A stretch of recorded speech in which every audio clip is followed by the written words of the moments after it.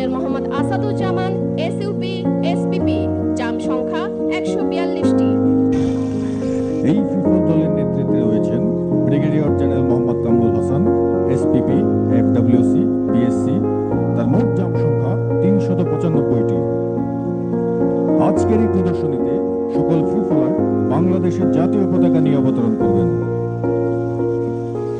আমি আবারও মনে করিয়ে দিচ্ছি, সুদানের আবেতে সন্ত্রাসী হামলায় 6 জন শাহাদাত বরণকারীর স্মরণে আজকে তাদের নাম বুকে ধারণ করে জাম করছেন 49 থেকে 54 বক্ষ নম্বরধারী 6 জন ফ্রি ফলার।